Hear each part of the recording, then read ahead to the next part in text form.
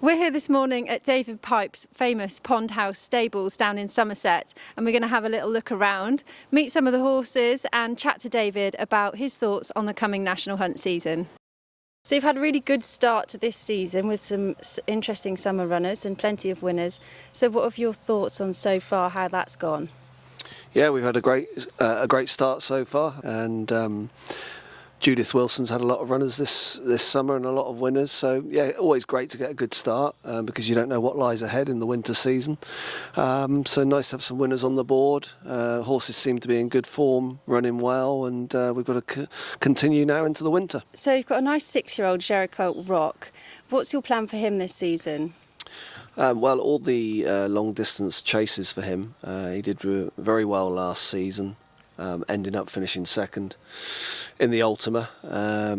Trainer placed him badly because he didn't get him to win last season, but he got placed in the Tote Classic, I think it was, the Mandarin, and as I say, finishing second, running his career best at the festival, which was a great run on better ground as well. His previous form had been on very soft ground. He's only 6, he's done a fair bit. After he finished second at the festival, we decided to keep him a novice for this season, so he's got those options as well. He'll be entered in the Coral Chase, I think it is now, at Newbury. He'll probably have an entry in the Beecher Chase, and yeah, one day he could develop into a Grand National horse. But he's summered well. He's in good form, and yeah, you know, he's improving. He's had a wind up during the summer. So we have high hopes for him.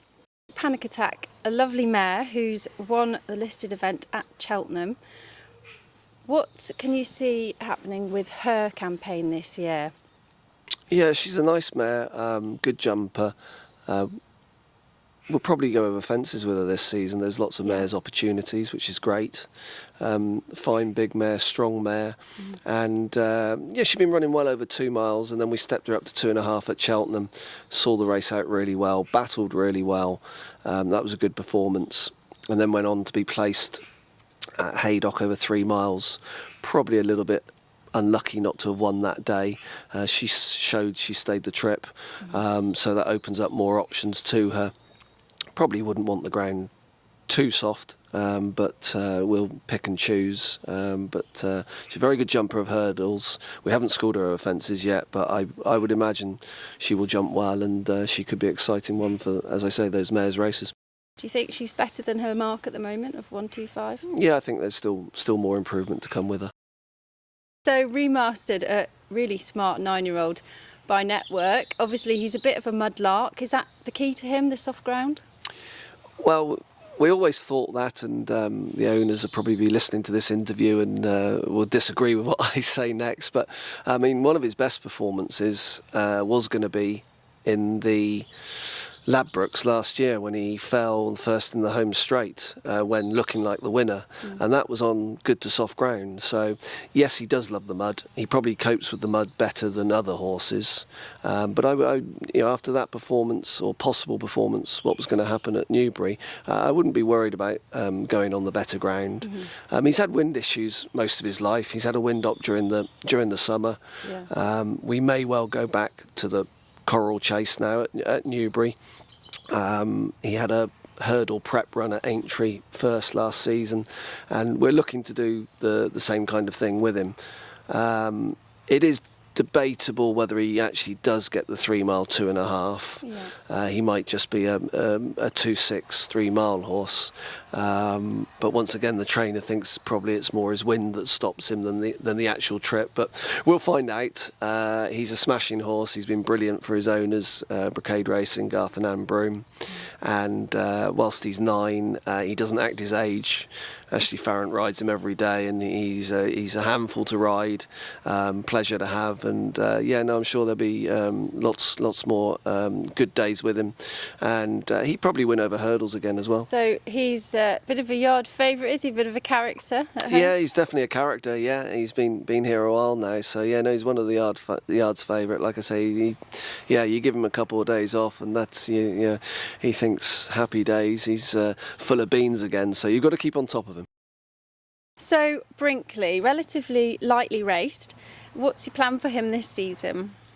Well, we're hoping. I mean, he didn't have a bad season last year. He started off winning at Huntingdon. We were waiting for a long time to run him because he does love the mud. We actually went to Huntingdon. The ground wasn't that soft. Put up a good battling performance. He looked beat and then fought back. I don't know whether he just paid for that for the rest of the season. I'm not sure he was quite at his best. He ran well at the Cheltenham Festival, and then he finished placed in his last run at Chepstow. But his jumping just wasn't quite up to scratch, and I'm not sure we saw the best of him. He's in good form at present. He's about 3/4 of the way fit at present. As I say, he does like soft ground, and I'm hoping that he'll show his true colours this season. Whether that's over hurdles or fences, that will be down to how he schools closer to the time. Very good jumper of his hurdles. Didn't quite go according to plan over fences after his first run at Chepstow, so we'll school him and see. But yeah, you know, there's a nice handicap in him somewhere. So Umbrigado, he's got a few niggly issues. Is that seem to be apparent? Well, yeah, most horses have those issues, but he's a very talented horse. He did well over hurdles, did very well over fences last season, winning the big 2.5 mile chase at Newbury just before the Cheltenham Festival last year. That was actually good ground that day. He'd been a mudlark before that, really. So he had a wind up during the summer. I think we'll probably do a bit of both hurdling and chasing with him. We had thought about maybe going out to the Kerry National at Listowel, but we decided against that in the end. He's fit and ready to run again now, but would want some rain to make the ground safe. He came back a little bit jarred up after Newton Abbot. So, but no, he's a decent horse, very strong traveller in his races. Doesn't always find as much off the bridle as you think, but he battled really well at Newbury and got up on the line under David Noonan. Ramses De Teillee, he is a prolific horse for you. We've seen him in the Welsh National and the Beecher Chase. Could we see him creeping towards the Grand National? No, he ran in the Grand National once, and like you say, he's been in the Beecher. He just doesn't jump those fences quite as well as the normal park fences, so we won't be doing that. I mean, he's just, he's 10 now, so he's eligible for the veterans races, so they look tailor-made for him, and they're a fantastic series that something that racing has put on that everyone actually likes, I think, and that's a bit unusual, really. But they're a great series, great for a horse like Ramsey. We've had him since he was a 4-year-old. He's always full of life, a pleasure to train, and he's still like that now. He's had wind issues over the years, and he's had a few wind ups. He's had another one during the summer. This would probably be his last season, but we did parade him for our racing club day the other day, and he was the most lively and the most stupidest horse around. And I said on the speaker, I said, if you're doing that again, then you might have to go another season. So, but he's a pleasure to have, for his owners, John White and Anne Underhill. He's a lovely individual, and he's dropped down a few poor runs at the end of last season. He's dropped down the ratings a little bit. He's had the wind up, and I'm sure he'll be bouncing back in the winners' enclosure this year.